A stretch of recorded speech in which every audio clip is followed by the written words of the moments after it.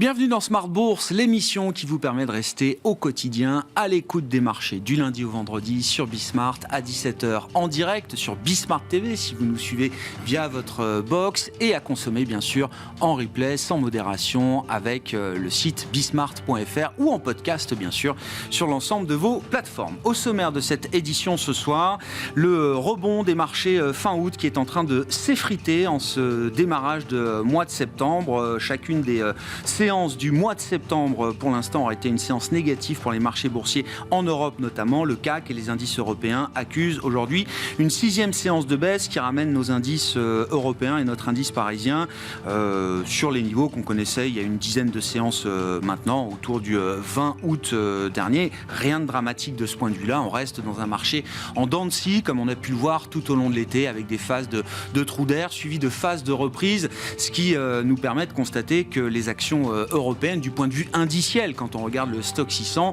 ne font plus grand-chose depuis peut-être 6 mois maintenant. On est bien installé dans une logique de range et pour l'instant, les indices européens n'en sortent pas et n'en sont pas sortis. Discussion à suivre sur ce schéma de marché avec nos invités dans un instant et puis vous aurez les infos clés du jour avec Côme Dubois dans un instant. Parmi les événements de cette rentrée qui animent les discussions de marché, le pétrole et le dollar qui rebondissent de concert depuis plusieurs semaines maintenant. Le pétrole, on l'a déjà bien signalé, a rebondi de 30% en 3 mois. L'indice dollar, face à un ensemble de devises, a repris 5% après le point bas qui a été marqué à la mi-juillet. Évidemment, ces phénomènes créent des perturbations dans les marchés, modifient les équilibres qu'on pouvait attendre pour la fin d'année, notamment quand on regarde évidemment la composante matières premières et le rôle que les matières premières et le pétrole ont pu jouer dans la mécanique d'inflation, de diffusion de l'inflation, puis de désinflation. Le récit de la désinflation est peut-être un peu contrarié aujourd'hui par la remontée des cours du brut sur des niveaux qu'on n'avait plus vus depuis novembre 2022. Là aussi, ce sera un des points de discussion majeurs avec nos invités dans un instant et nous continuerons de parler matières premières dans le dernier quart d'heure de Smart Bourse, car si le pétrole a rebondi de 30% ces derniers mois, d'autres matières premières n'ont pas suivi le même mouvement. Quand on regarde par exemple le cuivre, après l'envolée spectaculaire de l'année 2020, les cours du cuivre restent à plat depuis des mois et des trimestres maintenant. Toutes les matières premières ne sont donc pas logées à la même enseigne et c'est Benjamin Louvet qui sera avec nous en plateau à partir de 17h45 pour évoquer le pétrole et les matières premières au sens large, le directeur de la gestion matières premières d'Ophi Invest Asset Management.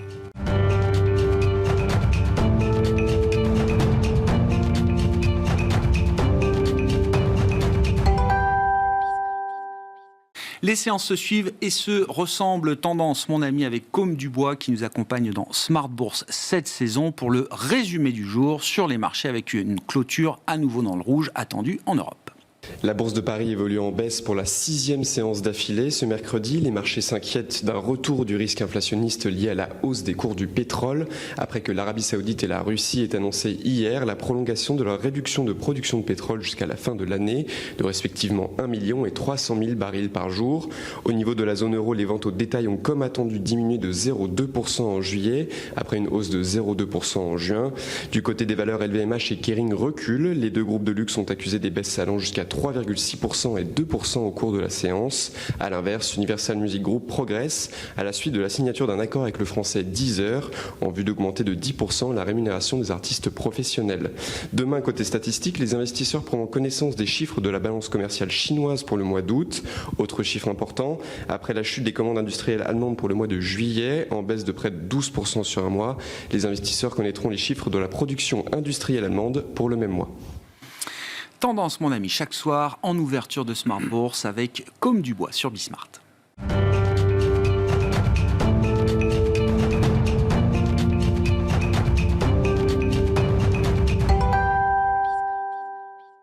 Trois invités avec nous chaque soir pour décrypter les mouvements de la planète marché. Stéphane Prévost nous accompagne ce soir, directeur général de la financière responsable. Bonsoir Stéphane. Bonsoir Grégoire. Merci d'être là. Merci à Eric Venet de nous accompagner également. Bonsoir Eric. Bonsoir Grégoire. Ravi de vous retrouver. Vous êtes directeur de la gestion de Montbleu Finance.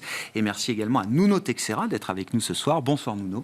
Bonsoir Grégoire. Vous êtes membre du comité d'investissement Cross Asset de Natixis IM International. Commençons avec le sujet qui anime cette rentrée sur les marchés, le rebond du pétrole que j'ai décrit en introduction. introduction, Nuno, qui s'est accompagné également d'un renforcement du dollar tout au long de l'été. Est-ce que ces mouvements de marché sont suffisamment significatifs pour remettre en cause peut-être le récit désinflationniste qui nous accompagne depuis des mois aux États-Unis, mais également en Europe?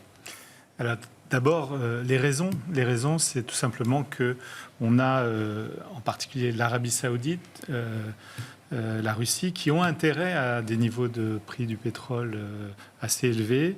Pour différentes raisons. L'Arabie Saoudite a des investissements importants à financer, veut maintenir, je dirais, une jeunesse. Finalement, on le voit avec les contrats de Ronaldo, des investissements dans le sport, dans leur image pour attirer des investissements des touristes. Et puis la Russie, on le sait, évidemment, pour financer la guerre en Ukraine. On voit que l'OPEC plus a du pouvoir, est capable finalement de maintenir une discipline pendant une durée assez longue. Et ça, c'est certainement la nouveauté. Ce qui avait plutôt fait baisser les prix, c'était l'attente d'un ralentissement de l'économie mondiale. On voit qu'aux États-Unis, finalement, la croissance ne tient pas si mal que ça. Et du coup, on pourrait avoir effectivement des tensions encore sur le prix du pétrole d'ici à la fin de l'année. Certains prévoient un WTI autour de $100. Ça paraît quand même un peu rapide comme raisonnement, mais on aura du mal à voir des prix du pétrole baisser, alors que sur la durée, on voit bien que les investissements des majors pétroliers sont difficiles, sont plus coûteux. Ils n'ont pas tellement intérêt à surinvestir finalement en capacité. Et la demande mondiale, elle continue à grimper. Mais la consommation de pétrole dans le monde est au plus haut historique. Il faut bien l'avoir en tête. Tout à fait. Donc on voit bien qu'il y a une grande partie des pays en développement qui vont continuer à augmenter leur consommation. Je crois qu'on prévoit qu'en Chine, ça va commencer à s'infléchir autour de 2030 grâce aux énergies nouvelles, à l'utilisation de l'électrique et à tous les investissements qui sont faits dans le nucléaire. Mais donc ça va prendre un peu de temps avant qu'on ait ce fameux infléchissement. Et on voit bien qu'aux États-Unis, c'est ce qui préoccupe l'administration Biden dans une année préélectorale, évidemment, où tous ces sujets sont très sensibles. Dans quelle mesure, encore une fois, ça vient bousculer, alors sans être effectivement sur des horizons de prospective de long terme, mais pour les 3-6 prochains mois, qu'est-ce que ça change des équilibres de marché qu'on pouvait avoir en tête et du récit désinflationniste également, enfin, qui est plus qu'un récit, qui est une réalité. On est passé de 10 à 5 en Europe, à peu près même de 10 à 3 ou 4 aujourd'hui aux États-Unis. Donc cette désinflation, c'est une réalité. Les matières premières ont joué un rôle important. Les biens manufacturés ont joué un rôle important dans ce mouvement de désinflation. Oui, mais on voyait que l'inflation sous-jacente avait du mal à baisser et que finalement, si on n'a plus la contribution négative des prix de l'énergie et qu'on passe en contribution positive à l'inflation, ça va être un peu compliqué, d'autant plus qu'il y a toujours des effets de latence. On l'a vu l'année dernière, où avant que les prix industriels et puis les prix des services remontent, il a fallu un certain temps. Donc on peut imaginer que ça ralentisse effectivement les tentations de baisse des prix, ou en tout cas de stabilisation de certains prix de services en particulier. On peut penser au transport aérien, par exemple, où effectivement on va avoir du mal à baisser. Donc ça va compliquer la tâche des banques centrales, on en parlera tout à l'heure, et notamment de la BCE qui est face un petit peu à un dilemme. Faut-il privilégier la lutte contre l'inflation ou risquer d'aggraver le ralentissement économique ? Ce qui est intéressant, c'est qu'on aura assez vite les positions des banquiers centraux sur la question de l'énergie et du pétrole. Ils seront forcément interrogés là-dessus lors des prochaines réunions. C'est le 14 septembre pour la BCE, 19 et 20 septembre pour la Réserve fédérale américaine. Vos commentaires sur cette... Alors, effectivement, le cours du pétrole, il remonte depuis le mois de juin, maintenant, de manière assez linéaire. $90 sur le baril de Brent. On a connu pire, et même à un moment, tout le monde trouvait que c'était un prix qui satisfaisait à peu près tout le monde, et producteurs et consommateurs. Là, c'est vrai que rien que la dynamique interroge quand même. Je propose une autre grille de lecture qui est géopolitique. En fait, on est passé de la recherche du prix le plus bas à après le prix le plus sécure, enfin, donc la fourniture. on se met entre amis pour se fournir. Et là, le prix de ma sécurité. Voilà. Et là, on arrive en confrontation. C'est-à-dire qu'en fait, avec Johannesburg, les BRICS disent venez avec nous, donc l'Arabie, l'Iran, l'Argentine, l'Égypte. Et ça crée une espèce de monopole, enfin un duopole entre le Nord et puis les autres, on en fait très très bien, autour de la Russie, la Chine et l'Inde. Alors c'est un peu branque-ballant comme... oui, c'est un peu la carpe et le lapin parfois quand même, comme attelage. Par contre, ça montre une capacité de s'entendre pour contrôler les prix. Quand même, on se dit l'Arabie et puis la Russie, s'entendent pour le baril. Ça tient. Enfin, je veux dire, donc, et quelles sont les marges de manœuvre par rapport à ce bouclage des prix? Il n'y en a pas beaucoup, parce que c'est aux États-Unis, c'est les réserves stratégiques. Les réserves stratégiques, on les a déjà pas mal puisées. Donc, ça va être compliqué de puiser encore un peu. On va le faire un petit peu. Mais, donc, moi, ce qui me un petit peu interpelle, c'est ça. On rentre dans un monde de confrontation et qu'on ne peut pas faire l'impasse de ça. C'est-à-dire qu'il y a plein de raisons, on fait des anticipations, sauf qu'il y a aussi celle-là. Bien sûr. Et je pense que c'est donc du... Il faut réfléchir à l'idée que c'est un facteur structurel. Voilà. C'est-à-dire qu'on ne pourra pas forcément se dire, si demain la croissance est un peu plus faible, ça va faire baisser. Oui, d'accord, mais enfin, bon, ça dépend si... On arrive vers des matières pilotées. Un marché d'offres, après, une économie d'offres. Après, c'est normal. Hein, les États-Unis ont dit à la Chine, on va peut-être faire un embargo. Enfin, c'est pas peut-être. On vous interdit d'utiliser telle et telle puce, et ainsi de suite. On arrive à un bloc contre bloc. Hein. Oui, bien sûr. C'est l'escalade depuis des années. Hein. Donc, effectivement, c'est... Même si la Chine et l'Inde sont consommateurs de pétrole. Donc, ils ont... Et puis la Chine et l'Inde sont en train de s'échauffer au Népal. Donc, en fait, ça n'empêche que tout le monde s'entend sur, un peu comme l'Europe des fois, sur certains sujets. Et là, le sujet, c'est de se dire, on peut avoir des frictions, mais quand il s'agit de parler du pétrole, on arrive à trouver des terrains d'entente. Parce que depuis très longtemps, c'est l'arme la plus facile pour... Donc, certes, il y a des besoins, mais donc, il ne faut pas croire que ça va être... Et quand vous dites ça, Eric, c'est intéressant, parce que ça résonne, ça fait écho, je trouve, par exemple, au discours de Christine Lagarde à Jackson Hole, contrairement à Jérôme Powell, qui a parlé 12 minutes pour nous dire qu'il regardait les étoiles pour piloter la Fed. Enfin, je caricature, évidemment, pour l'instant, il s'en sort très bien. Mais le discours de Christine Lagarde était beaucoup plus orienté, beaucoup plus riche de perspectives de changements structurels, démographiques, transition, géopolitique, les changements dans le trade mondial, dans le commerce mondial, etc.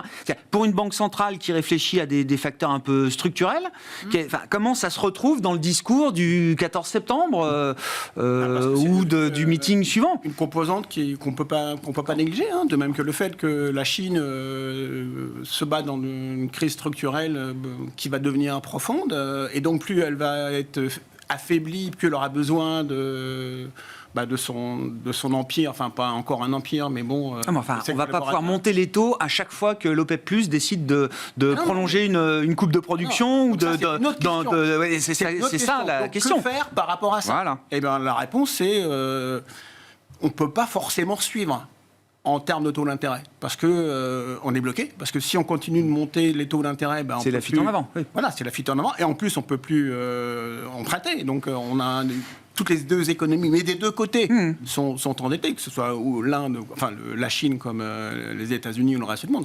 Donc on peut pas suivre. Donc ce qui se passe là sur le pétrole, ça peut pas, la réponse peut pas être plus de hausse de taux. Il peut y en avoir encore une ou deux, enfin c'est ce qui est dans le pipe, mais ça peut pas être plus que... Attention, peut-être que va peut-être faire une limite dans les pauses, mais on peut pas suivre, parce que très très vite, derrière c'est la croissance. Et là, si c'est la croissance qui chute, dans cet environnement de confrontation, j'entends, c'est la stagflation, enfin tout cela. Donc je pense qu'il y a un engrenage qui ne peut pas aller très très loin. Ouais. Stéphane. Non, je suis assez d'accord avec ce qui vient d'être dit. Je ne pense pas que ça pousse les banquiers centraux à augmenter les taux.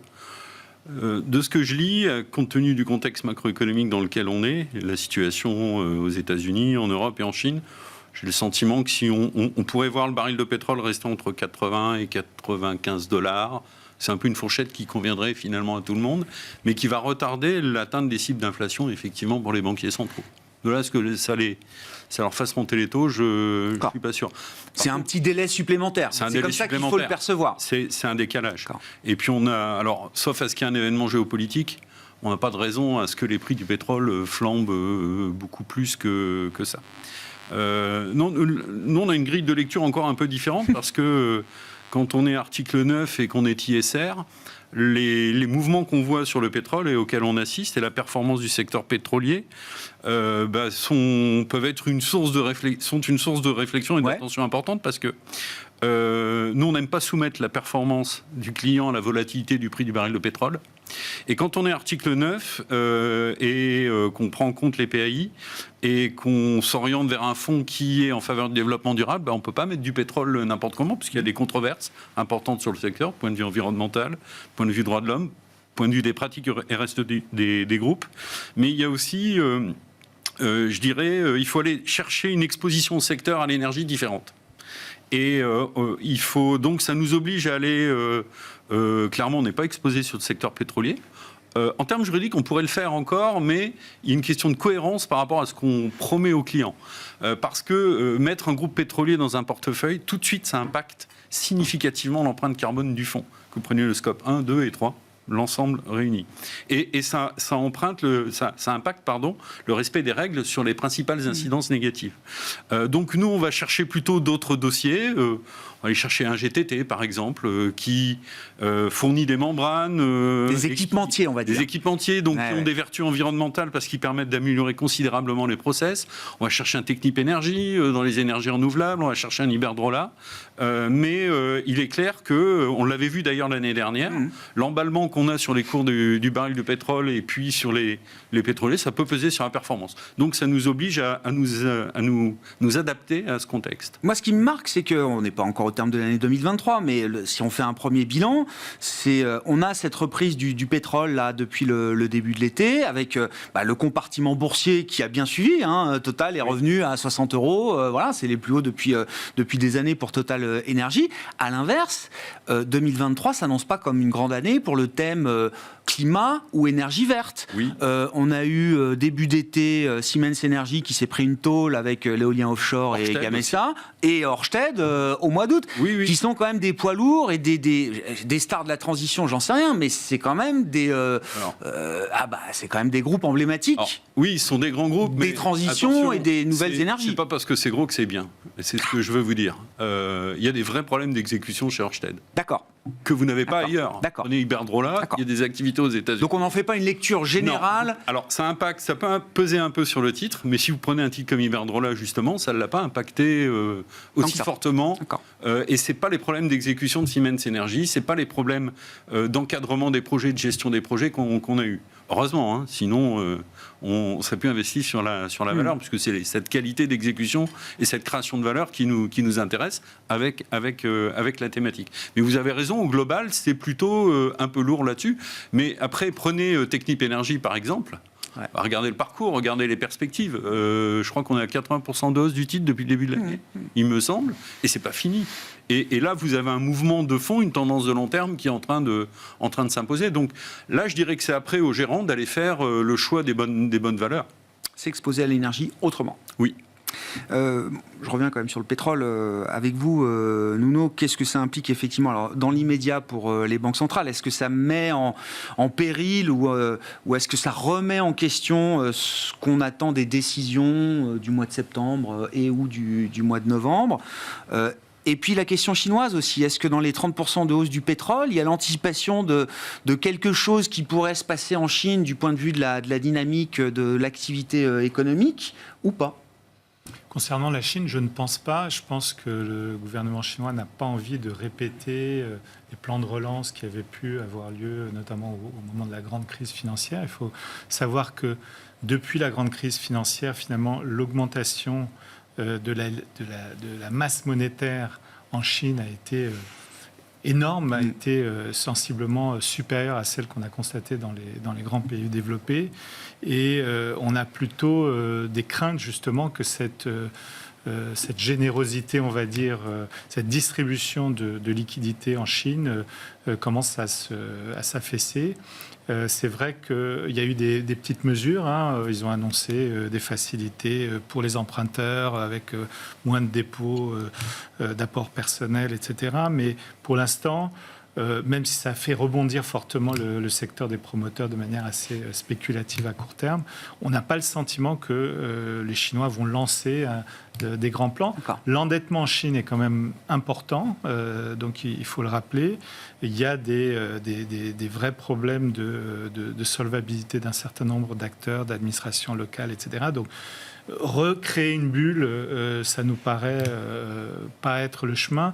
Le gouvernement a plutôt l'intention de cibler un certain nombre de secteurs qu'il juge prioritaires, mais pas de distribuer massivement du pouvoir d'achat ou des liquidités. Vous ne voyez pas un game changer pour la demande mondiale de pétrole et d'énergie au sens large dans le discours chinois ou dans ce qu'on peut attendre aujourd'hui des réactions du pouvoir et des décideurs économiques en Chine? Pas du tout. On voit plutôt effectivement une croissance en Chine cette année autour de 4,5, ce qui est quand même pas à 5. Énorme. Pour une reprise sortie de Covid, c'est pas du tout extraordinaire. Et quant au prix de l'énergie, alors on a parlé du pétrole, il y a aussi des problèmes sur le gaz, puisqu'il y a eu il y a des risques de grève en Australie en particulier. C'est un marché qui est quand même assez tendu aussi.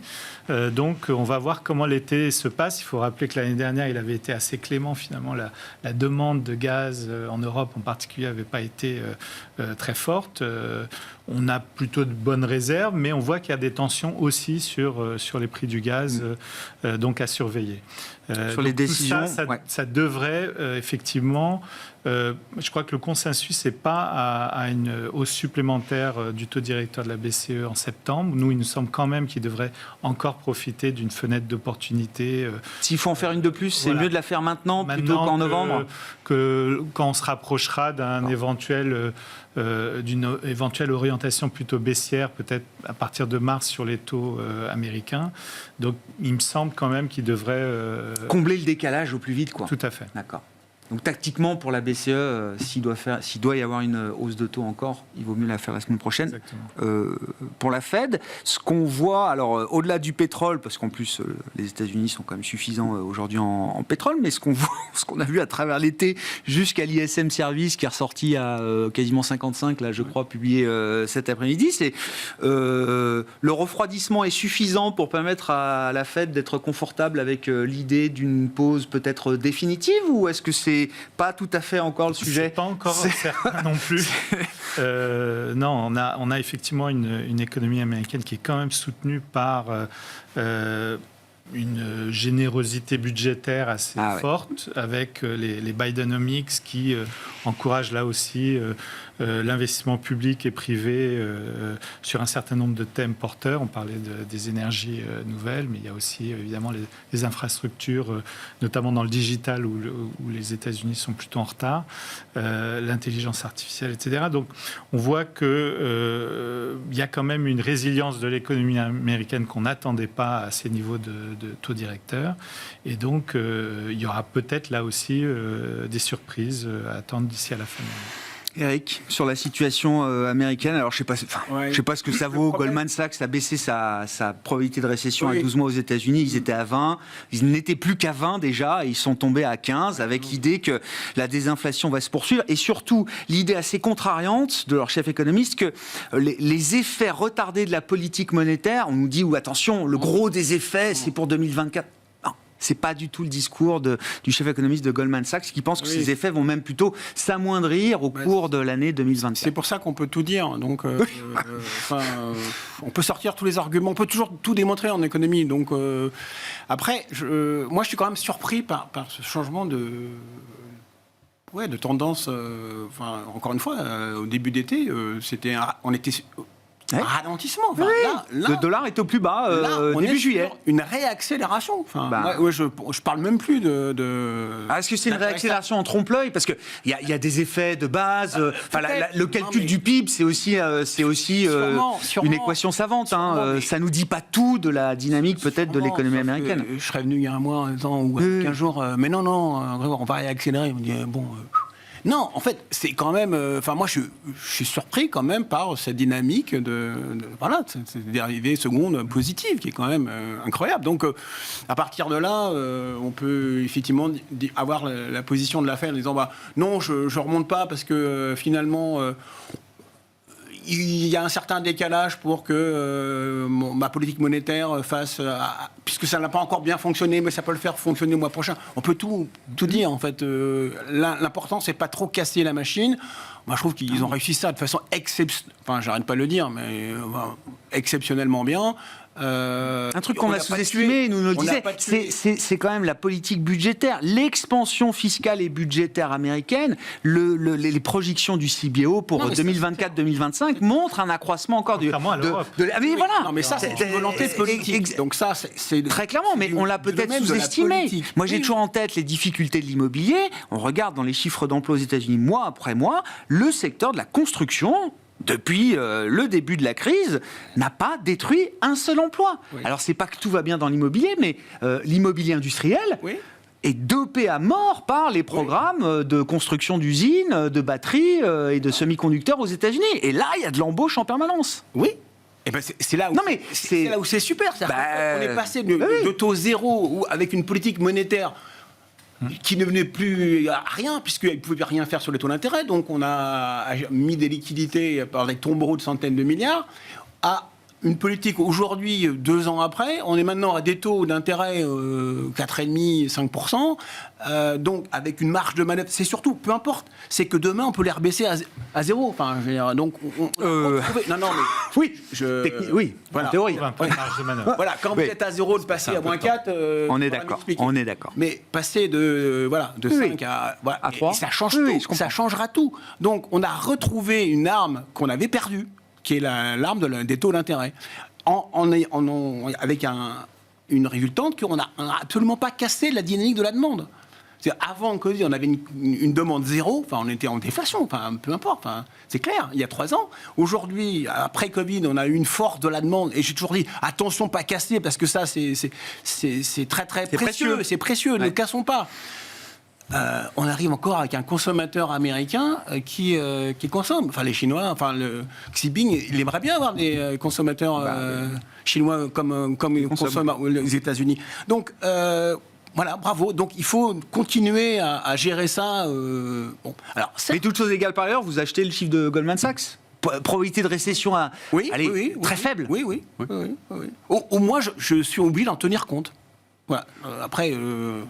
Voilà. Oui, je suis obligé d'en tenir compte. Se passera ce qui doit se passer, bien sûr. Mais fusil d'épaule, et donc je considère que effectivement c'est probable qu'on ait une accélération, mais ça change pas grand-chose au scénario. Sauf que ça met un peu plus d'interrogation. Il faudra piloter encore un peu plus touchy. Si, ça change pas grand-chose au scénario. Ça change quand même les perspectives, peut-être, pour les résultats des entreprises, pour le business, etc. quand même. Ouais. Stéphane. Non, mais la probabilité d'une récession de l'économie américaine en 2024, c'était pas notre scénario. C'était vraiment pas notre scénario central. La résilience de l'économie américaine, elle tient effectivement aux politiques budgétaires, comme l'a dit Nounou, très, très justement. Et c'est bien, le marché achète, c'est pas grave, 6%, plus de 6% de déficit. Il n'y a pas que ça. Aux États-Unis, quand on est à plus de 3% en Europe, on a tout de suite des voix qui hurlent en nous disant attention, scandale. On est capable de renverser la vapeur et de revenir bien dans des normes très facilement. D'accord. Et ça, l'économie américaine l'a montré dans l'histoire contemporaine.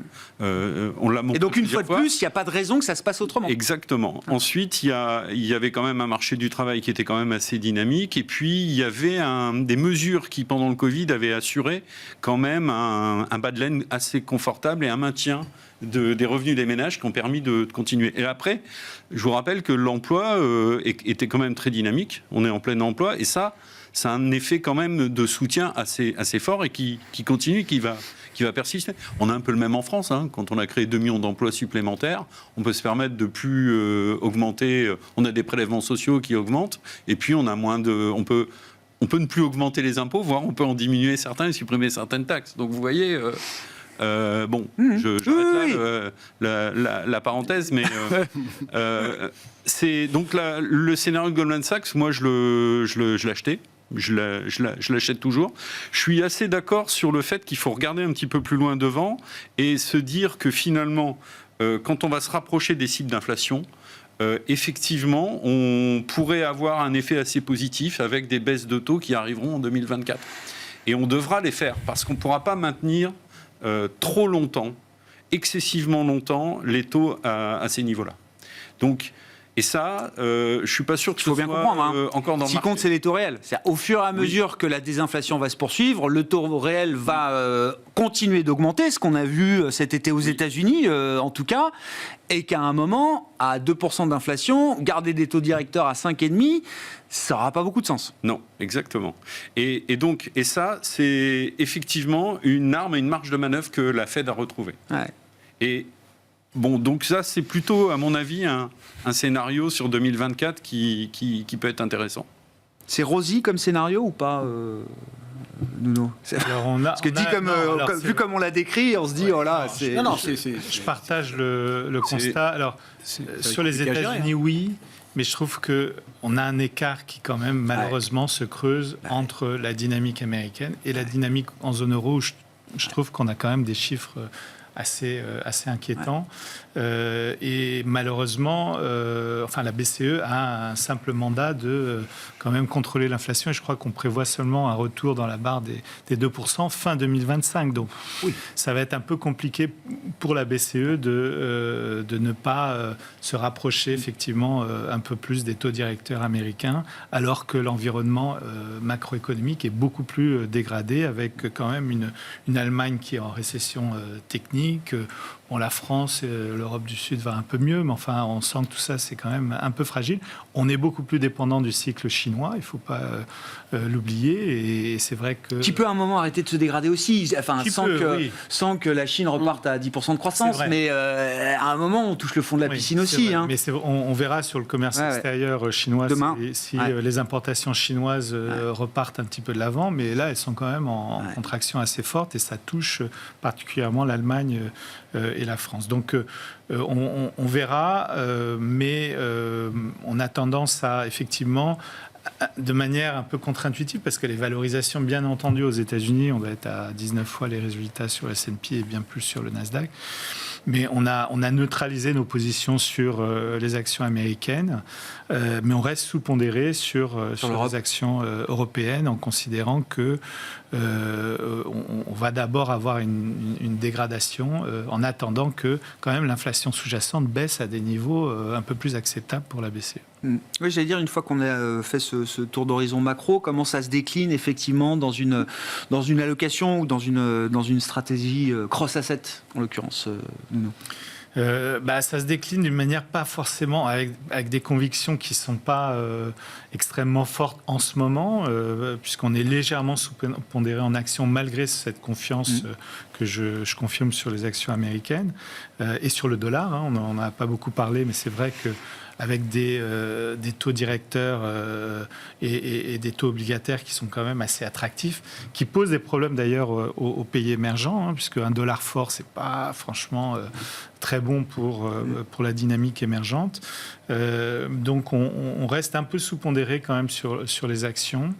Et on a, nous, plutôt depuis déjà le mois de mai, remis un peu de sensibilité sur l'obligataire pour l'Europe, parce que on trouve que ce ralentissement risque de maintenir la courbe des taux inversée, voire même d'accentuer l'inversion de la courbe des taux, si on s'attend à ce que la croissance ralentisse en zone euro encore l'année prochaine. Et sur les taux américains, on a vu, on n'est pas loin de revoir 4,30 d'ailleurs sur le 10 ans américain, plus de 5% sur le 2 ans. Autant j'ai beaucoup d'intervenants qui sont encore assez défiants vis-à-vis de l'obligataire en Europe, autant aux États-Unis, il y a déjà des positions beaucoup plus constructives. Alors c'était notre cas jusqu'à il y a quelques semaines, Ouais. mais on a décidé effectivement de déplacer nos positions longues plutôt sur la zone euro qu'aux D'accord. États-Unis. D'accord.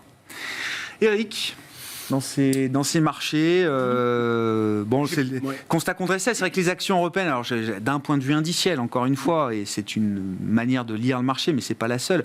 Bon, le stock 600 fait plus rien depuis le mois de mars, hein. Bah, même depuis, oui. Février-mars, quoi. Oui.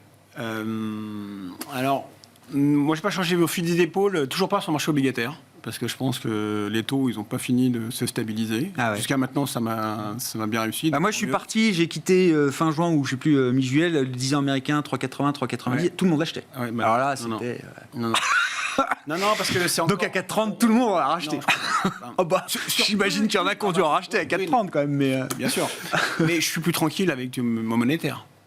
Quitte à être... je veux dire, j'ai du 4, donc j'irai pas. Enfin, je vais pas aller au-delà. Donc, et après, en termes d'action...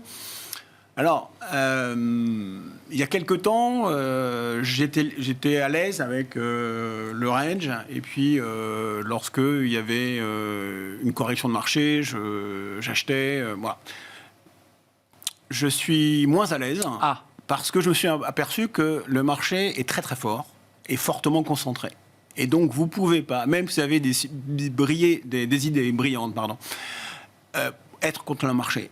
En fait, ce qu'on n'a pas peut-être réalisé, c'est que le mécanisme des ETF, et tout le monde est là-dedans, fait une concentration phénoménale des indices et C'est pas juste le Nasdaq, c'est pas juste les 7 magnifiques.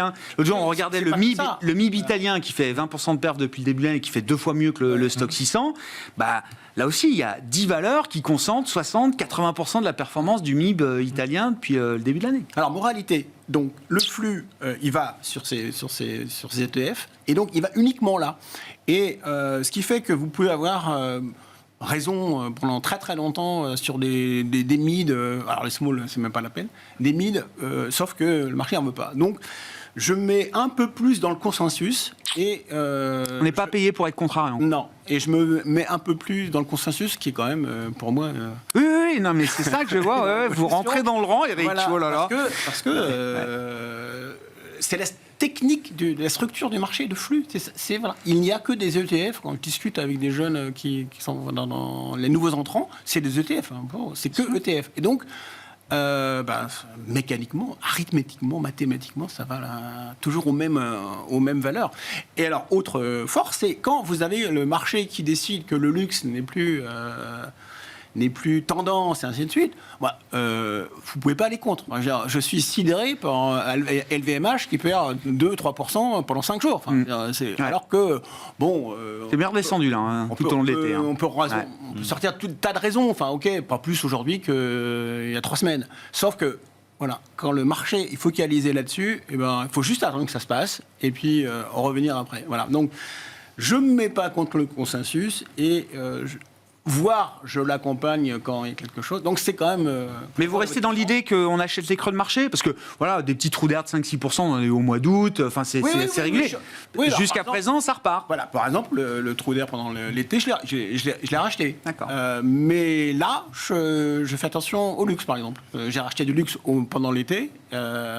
J'ai été bon pendant quelques jours parce que j'ai gagné. Et là, je suis revenu à la case départ. Je ne remets pas une couche parce que je pense que c'est profond. Alors, ça va peut-être s'arrêter d'ici 5 jours, je ne sais pas. Mais j'aurais peut-être pendant ce temps-là perdu plein d'occasions. Donc, je me méfie de la concentration du marché, ce qui est d'une deuxième vision géopolitique et concentration des tendances avec consensus très fort.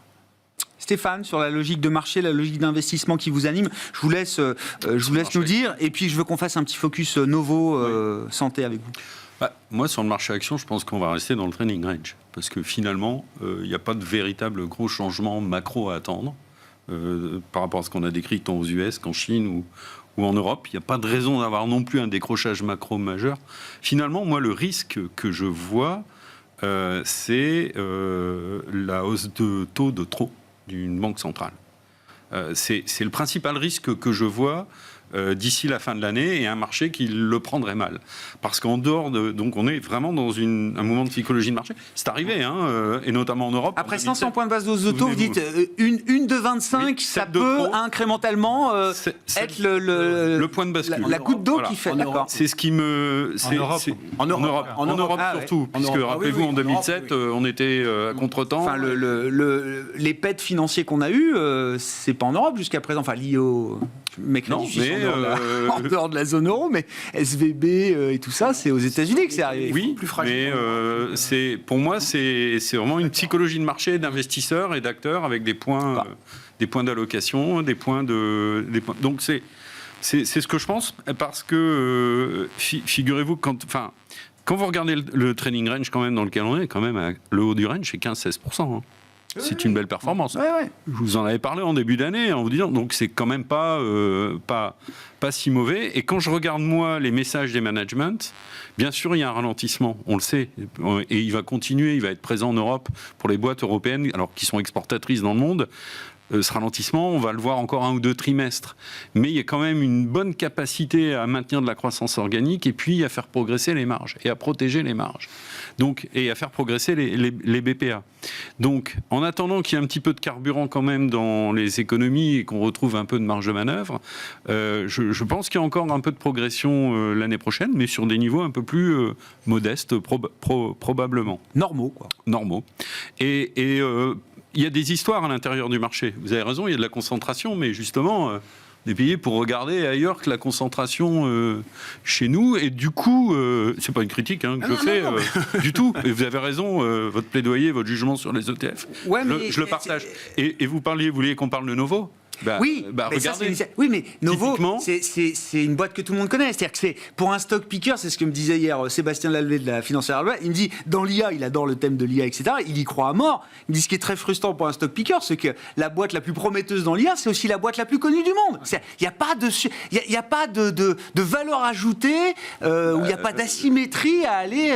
Pas d'équivalent en Europe. Donc et en plus, il n'y a pas d'équivalent en Europe. Baissé pendant l'été, alors qu'il tenait quand même... Oui, il a marqué de nouveau encore. Je ne suis pas tout à fait d'accord avec vous parce que du coup, regardez Novo, le traitement est très prometteur. En début d'année, les analystes étaient plutôt sceptiques en disant Novo, c'est une très belle boîte, c'est très cher. Et le risque, c'est que l'administration américaine baisse les prix. Okay. Le marché l'a pas. Le marché mais comme Nvidia en début d'année, les gérants n'ont pas vu la croissance d'Nvidia, ils ont sous-estimé et puis les résultats donc, ont validé ce que le marché a payé. Ça veut dire qu'il y a quand même des choses à faire. Il y a des voies à voir. Si on regarde Novo, vous vouliez qu'on en parle un petit peu plus. Moi, quand je l'ai connu, c'était une belle grosse mid-cap, c'était une darling, très monoproduit, diabète, et c'était la star du diabète dans le monde. Quelques années après, c'est sur la première market cap en Europe, et ils sont en train de révolutionner peut-être la lutte contre l'obésité et les pathologies associées avec l'américain Lilly en concurrence. On est sur le diabète, on passe sur l'obésité et on ajoute les traitements hormonaux et ça ouvre d'énormes perspectives sur le traitement des maladies cardiovasculaires. Et donc finalement, ce Wegovy, ce traitement avec le semaglutide, il y a plein de perspectives qui s'ouvrent à la fois dans les modes d'administration pour les patients, ça devient plus confortable, vous aurez plus à vous piquer. D'ici quelques années, vous prendrez un cachet, vous le mettez sous la langue, ça fond, vous avez le traitement de cette prise-là. C'est quand même très, très, très agréable, très intéressant pour ceux que ça concerne. Et puis vous avez donc des effets de réduction d'autres maladies qui touchent quand même le fléau des pays développés. Et vous avez une perspective, un réservoir de croissance qui est tel que l'entreprise a des perspectives. Et le premier signal, c'est l'explosion des ventes que vous voyez dans les résultats que personne attend. Alors, mais même eux, je crois qu'ils ont dû relever leurs prévisions. Enfin, eux-mêmes étaient pris de court par les commandes et par la croissance qu'ils voyaient. Ils arrivent à faire face à la demande. Donc, alors, on va regarder de façon ISR un petit peu comment ils vont faire. On a eu ce débat avec... on a fait de l'engagement avec Novo, figurez-vous, il y a quelques mois, parce que il manquait quelques indicateurs sociaux et puis on voulait discuter un petit peu avec la fondation sur comment ils fixaient les prix, etc., etc. Et on a été plutôt assez satisfait des réponses qui étaient amenées, mais c'était aussi avant les résultats. Mais comme quoi ce débat était intéressant parce qu'il allait être complètement pertinent. Donc c'est pas totalement... Il y a encore du potentiel sur Novo. Vous regarderez, moi très facilement, en étant prudent, je ne tire pas un trait sur les chiffres qui viennent d'être donnés, parce qu'on ne croit pas de 150% systématiquement pendant des années, mais il y a 20% d'upside assez facilement. Et puis là, vous ne dépendez pas du cycle économique. et les multiples de valorisation vont forcément changer. Ouais. Donc, et dans un contexte où la macro est quand même pas très prometteuse, vous avez aujourd'hui un peu de potentiel. Moi, j'ai 20% d'upside assez facilement sur un an sur Novo, même sur les niveaux actuels. Merci beaucoup, messieurs. On s'arrêtera là pour ce soir. Merci d'avoir participé à cette discussion de rentrée. On est encore dans la séquence de rentrée pour Smart Bourse et pour les marchés, en l'occurrence, avec le sujet du pétrole, du dollar et la star Novo, qui est évidemment la star européenne du moment en termes de capitalisation boursière. Éric Venet était avec nous, Montbleu Finance, Stéphane Prévost, la financière responsable, et Nuno Teixeira, Natixis IM.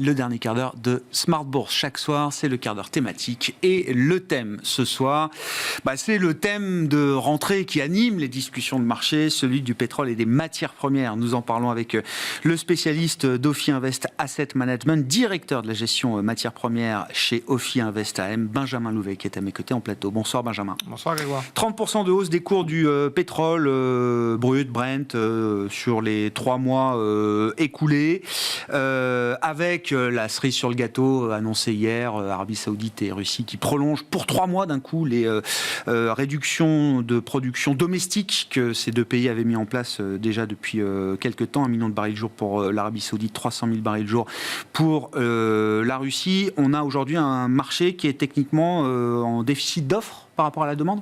Oui, clairement.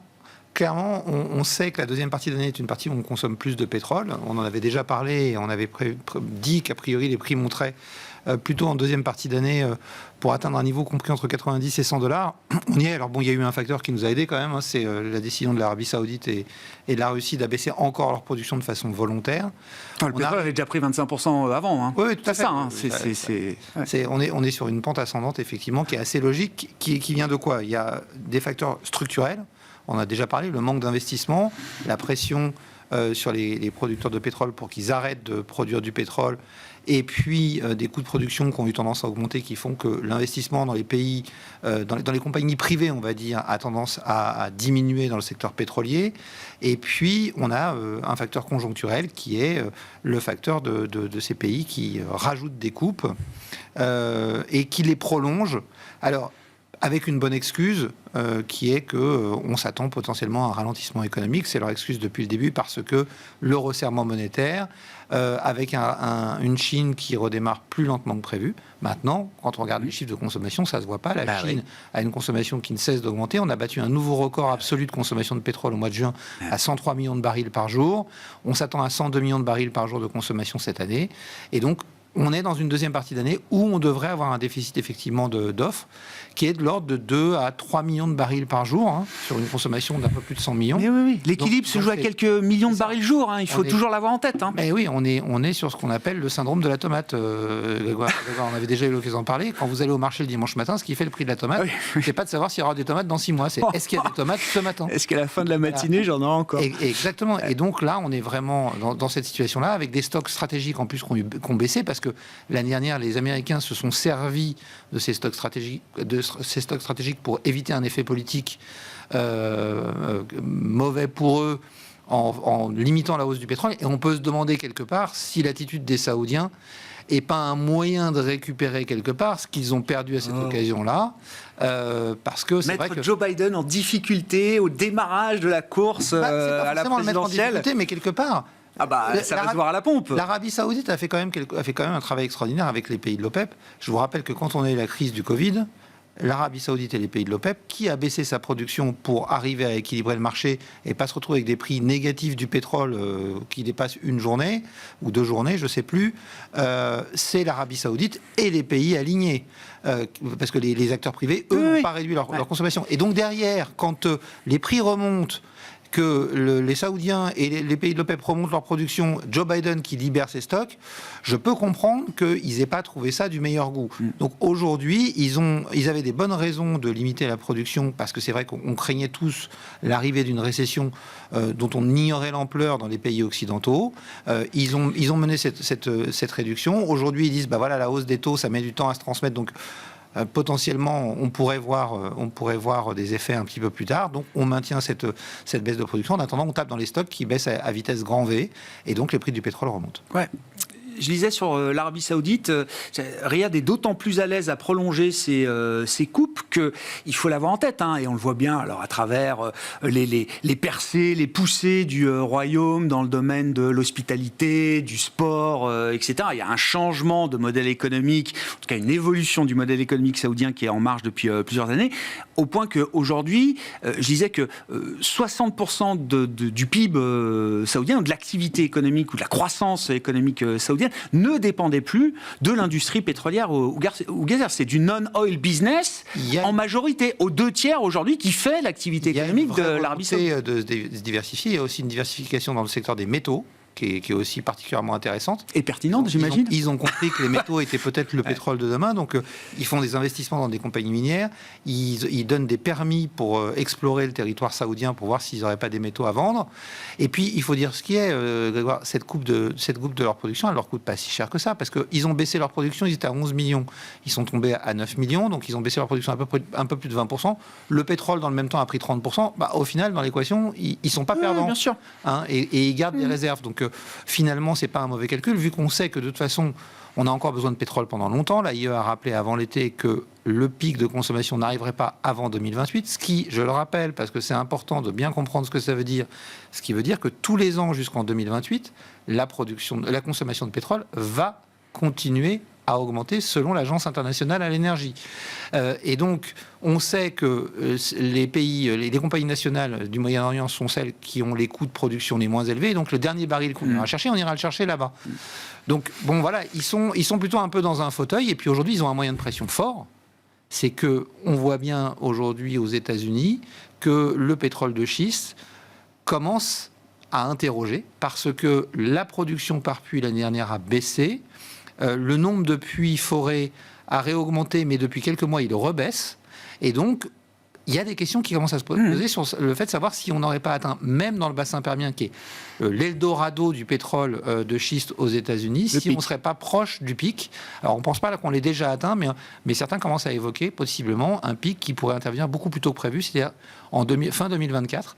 Et ça serait un vrai sujet, parce que compte tenu de la décision qu'on a prise déjà de ralentir nos investissements, nous, dans le secteur pétrolier, on pourrait se retrouver avec une offre qui n'arrive pas à suivre la demande.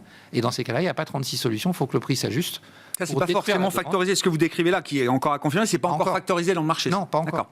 Sur l'offre encore, alors c'est ce qu'on m'expliquait hier un stratégiste, c'est que la Russie accompagne les coupes de production de l'OPEP+, qui intègre donc la Russie depuis des mois. Sauf qu'on sait très bien qu'il y a les effets d'annonce, l'affichage des réductions, et puis la réalité. Et visiblement, jusqu'au mois de juin, les coupes de production de la Russie n'étaient pas très visibles ou très claires. Et là, depuis cet été, visiblement, elles se mettent en place à hauteur de ce que la Russie doit couper conformément à ses promesses. Tout à fait, on est conforme aux prévisions. Et je pense que, historiquement, les Russes n'ont jamais vraiment bien respecté leur coupe de production. Mais je crois que là, en ce moment, ils ont aussi compris qu'il y avait un vrai intérêt à jouer la partie de concert avec l'Arabie Saoudite et qu'ils ont compris qu'il fallait qu'ils fassent un effort pour ne pas irriter un petit peu l'Arabie Saoudite. Ils sont gagnants, eux aussi, ils ont baissé leur production de 300 000 barils. Je rappelle qu'ils produisent à peu près 10 millions de barils par jour. Donc ils ont baissé leur production de 3%. Et le prix du pétrole a monté de 30%. Alors effectivement, il y a des contraintes sur le prix parce qu'il y a le price cap, mais en fait, on se rend compte qu'il est contourné de plein de façons. Donc au final, c'est un deal qui est gagnant-gagnant pour tout le monde. Les seuls qui en pâtissent dans tout ça, c'est l'Europe et les États-Unis. Et puis, je dirais, la Chine également dans une moindre mesure, mais comme ils achètent en partie du pétrole russe, ils arrivent à s'en sortir pas trop mal. Et potentiellement, effectivement, Joe Biden avec un prix à la pompe aux États-Unis qui pourrait monter, d'autant qu'on a un autre problème, c'est qu'on a des capacités de raffinage qui sont un peu limitées en ce moment, et donc on commence à avoir ce qu'on appelle les crack spreads, donc les marges de raffinage qui sont en train d'exploser et qui pourraient justifier un prix du pétrole plus élevé que celui qu'on connaît aujourd'hui. Il y a le pétrole et les autres. C'est-à-dire que je regardais notamment le cuivre, Toujours intéressant de suivre le cuivre. Après l'envolée spectaculaire de 2020 qui a amené la tonne de cuivre à des cours historiques, les cours du cuivre restent très très à plat quand le pétrole est capable de rebondir et de marquer un nouveau sommet annuel. Ouais, et encore, vous avez pris le métal non ferreux qui s'en sort le mieux. Qui tient le mieux. On regarde les autres métaux, le nickel, l'aluminium, le zinc. Le lithium aussi. Le lithium, ce sont des métaux qui ont beaucoup souffert. Alors pourquoi la première chose, c'est qu'il faut rappeler le plus gros consommateur de métaux au monde, qui consomme 50% des métaux de la planète, c'est la Chine. Et très clairement, il y a eu une déception côté croissance sur la Chine. Mais ça n'explique pas tout, parce qu'en réalité, quand on regarde pour le cas du cuivre précisément, la consommation de cuivre en Chine cette année a augmenté. Et elle n'a pas augmenté un peu, elle est en hausse de 11% year to date à la fin du mois de juin. Pourquoi ? Parce qu'ils ont énormément accéléré dans le secteur du solaire. Je disais cet après-midi qu'ils devraient installer cette année 210 gigawatts de solaire. C'est plus que ce qu'on a installé au niveau mondial l'année dernière. Donc, quand je vous dis qu'ils accélèrent, ils font pas semblant. D'ailleurs, ils commencent à avoir des problèmes parce qu'ils n'arrivent plus à suivre au niveau du réseau. Ils ont investi également dans le réseau, donc ça consomme du cuivre. Et puis, il y a, dans les plans qui ont été annoncés par le gouvernement chinois, il y a eu des plans pour finir les bâtiments qui avaient été construits. Et le cuivre fait partie des métaux qui sont consommés plutôt dans la fin du chantier, quand on installe les câbles électriques, quand on installe les tuyaux, etc. Et donc, la consommation de cuivre a beaucoup monté. Donc, ce qui explique l'absence de réaction du cours du cuivre aujourd'hui, c'est qu'en fait, on a tendance à oublier, et c'est quelque chose que nous, on avait en partie mal lu, il faut être très clair, c'est que la Chine n'est jamais vraiment sortie du Covid depuis 2020. Et donc, en réalité, l'activité manufacturière a tourné au ralenti, donc il y a des stocks qui sont constitués. Le cuivre qu'ils consomment aujourd'hui, c'est du cuivre qu'ils ont acheté déjà il y a 2 ans. Quand au mois de mars, les PMI étaient très bons, même l'État a dit on va y aller doucement sur les aides parce que ça a l'air de bien repartir, mais on n'a pas eu non plus en Chine les aides qu'on a pu avoir en Europe ou aux États-Unis avec le quoi qu'il en coûte, avec le plan pour la préservation de l'emploi. Donc il n'y a pas eu la même épargne qui a été faite. Et donc les consommateurs chinois sont beaucoup plus prudents. Et quand les entreprises ont vu ça, elles se sont dit on va commencer à travailler sur nos stocks et puis on reviendra sur le marché. Résultat, aujourd'hui, les stocks de la Chine sont sur des niveaux extrêmement faibles. Et on commence à voir des fenêtres d'arbitrage revenir. D'accord. Et donc, on pourrait être pas loin. D'ailleurs, on commence à voir des articles fleurir sur des analyses des traders qui redeviennent positifs sur le palladium, sur l'aluminium, sur le cuivre. Et donc, on a tendance à penser qu'on a mangé notre pain noir. Et la loi du marché va reprendre le dessus après le phénomène de déstockage. Les stocks étant apurés, on va revenir sur quelque chose. Si on ne prend pas une récession majeure dans les pays occidentaux, ce qui n'est pas pour l'instant le scénario, on devrait revenir sur quelque chose de beaucoup plus cohérent avec le scénario qu'on avait, que je vous rappelle, c'est que le développement de la transition énergétique va nécessiter une consommation d'énergie très importante et surtout une consommation très importante de métaux qui devrait emmener le cours de ces métaux à des niveaux très élevés. C'est pas moi qui le dis, on le voit bien, la France a mis en place un fonds d'investissement pour sécuriser sa souveraineté en termes de matériaux minéraux. Ouais. On a une loi de la Commission européenne, la Critical Raw Materials Act, pour tenir compte de ce problème. Les États-Unis s'en occupent aussi. Les listes de métaux critiques de la Commission européenne et des États-Unis s'allongent chaque année quasiment. Alors elles ne sont pas revues tous les ans, donc pas chaque année, mais elles s'allongent régulièrement. Et on va au-devant d'un énorme problème. Je rappelle juste une chose, le CNRS dit dans une étude, dans les 30 prochaines années, on va devoir extraire de la croûte terrestre autant de métaux que depuis le début de l'histoire de l'humanité. Voilà le challenge auquel on est confronté. Donc la baisse conjoncturelle qu'on connaît aujourd'hui est pour moi purement conjoncturelle, ne remet en rien le scénario long terme en cause. La seule chose qui pourrait le remettre en cause, c'est qu'on décide de ne pas faire la transition énergétique, mais on n'a pas le choix. Voilà. Donc, pour moi, la baisse actuelle est plutôt une opportunité à saisir pour des investissements peut-être diversifiants et une autre manière d'approcher la transition énergétique. Merci Benjamin. Merci pour votre éclairage toujours aussi précieux sur la question des matières premières, des métaux, des minéraux et du pétrole. C'était quand même le sujet d'accroche de ce soir. Benjamin Louvet avec nous en plateau, directeur de la gestion matières premières chez Ophi Invest Asset Management.